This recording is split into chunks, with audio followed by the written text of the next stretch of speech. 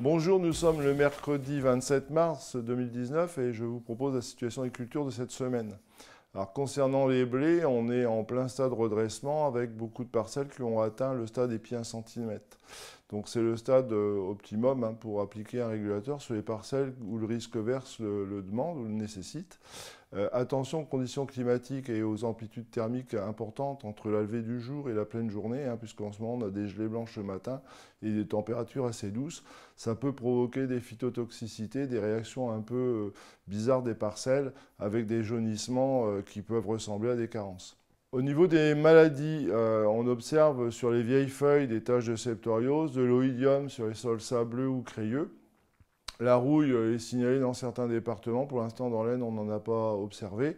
C'est une situation qui est complètement normale à la sortie de l'hiver, puisque les contaminations de septoriose datent de l'automne. Et l'oïdium en sol de craie, c'est régulièrement observé. Donc pour l'instant, la situation n'est pas du tout alarmante. C'est une situation complètement normale. Au niveau des orges d'hiver, la situation est un peu similaire à celle des blés. On a beaucoup de parcelles qui ont atteint les stades épi 1 cm, voire un petit peu plus. Au niveau des maladies, on observe de l'oïdium, de l'helminthosporiose, de la rhynchosporiose. Pour l'instant, il n'y a pas à s'en inquiéter. Alors, comme pour le blé, les conditions climatiques ne sont pas favorables du tout au développement de ces maladies foliaires, puisqu'en fait, on n'annonce pas de pluie, les températures sont plutôt froides la nuit, douces la journée, donc on est sur une situation qui est stable en termes de maladies. Par contre, au niveau des escourgeons, dès le premier nœud, il faudra s'inquiéter de ces maladies, voir la progression et observer les feuilles, notamment les feuilles du dessus, les feuilles naissantes qui peuvent être contaminées. Mais pour l'instant, ne rien faire, les choses sont normales actuellement. Au niveau des orges de printemps, on est à 3 feuilles, début talage. La situation est plutôt satisfaisante avec des belles levées. Par contre, soyez vigilants sur les pucerons de la jaunisse nanisante, puisqu'on a déjà eu des observations sur certaines parcelles. Surveillez bien les parcelles, allez les observer en pleine journée lorsque la rosée a disparu à la faveur du soleil. Le seuil d'intervention est le même que sur orge d'hiver, à savoir 10% des plantes qui portent au moins un puceron ou présence de pucerons pendant au moins 10 jours. Au niveau du colza, au niveau des stades, on est du stade bouton décollé à première fleur visible dans les parcelles les plus avancées. L'actualité de la semaine, c'est l'activité des méligettes en fait. On a beaucoup de méligettes à observer.